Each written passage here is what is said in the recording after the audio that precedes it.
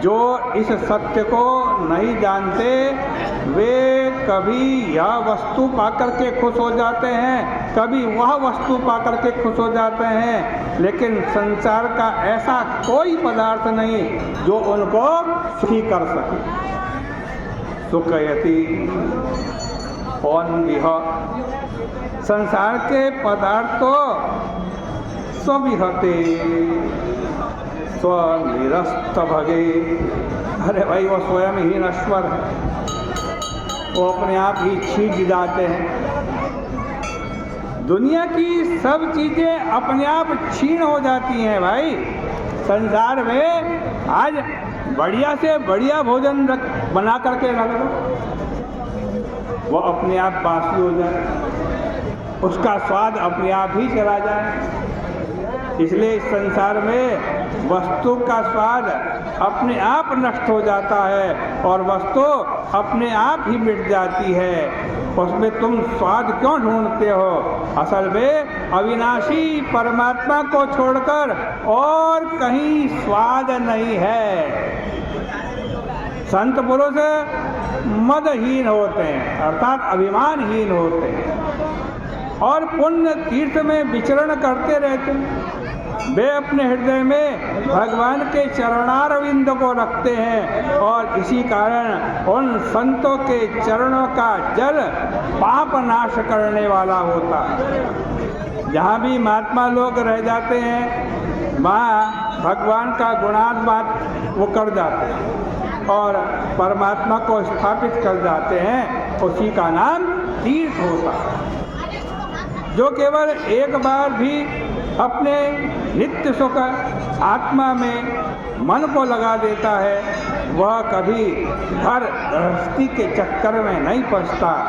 इस देह गेह की आसक्ति ऐसी है कि पुरुषा सार हरावस्थान,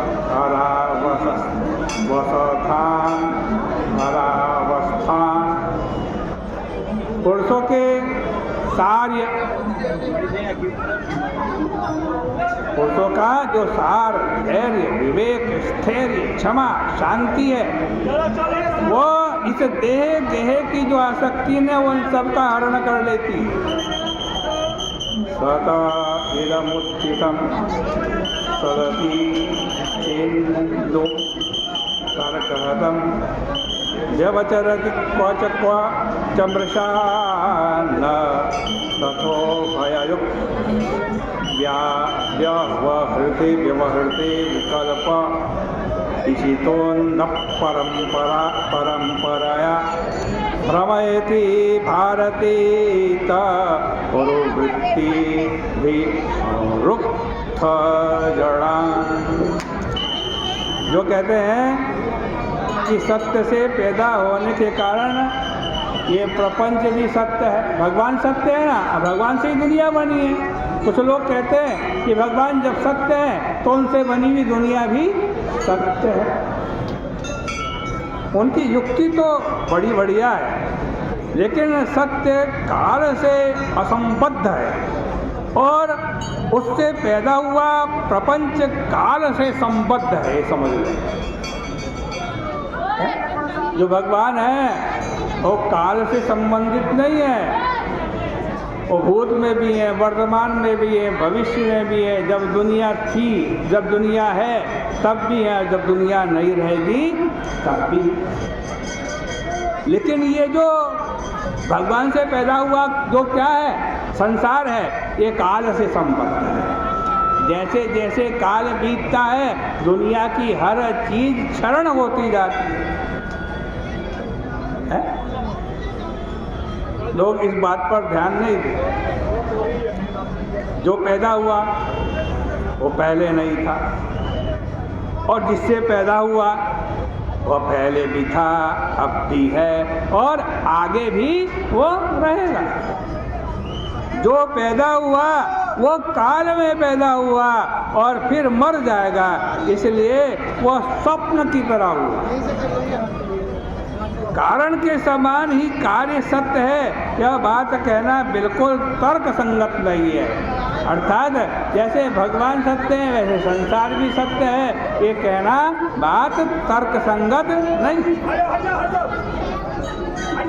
यदि कहो कि एक नंबर का सत्य कारण है और दूसरे नंबर का सत्य कार्य है, यानी एक नंबर का सत्य तो भगवान है और 2 नंबर का सत्य भगवान से पैदा हुआ ये संसार है, ऐसा वही है?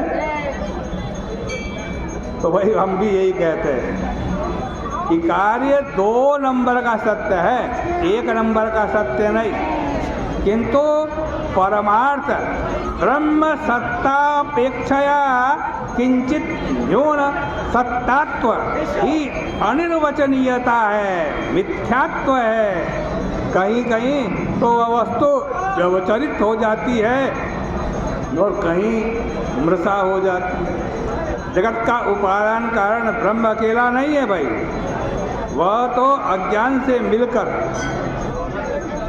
प्रपंच की उत्पत्ति अज्ञान युक्त ब्रह्म से या अज्ञानोपहित ब्रह्म से होने पर भी सत्य नहीं है, यह तो व्यवहार के लिए विकल्प स्वीकार किया गया है। इस प्रकार से ये जो श्रीमद् भागवत जी का 10वां स्कंद है, इसका जो 87वां ये अध्याय है, ये वेद स्तुति है। इसमें वेद में जो वर्णन किया गया है वो कहा गया है।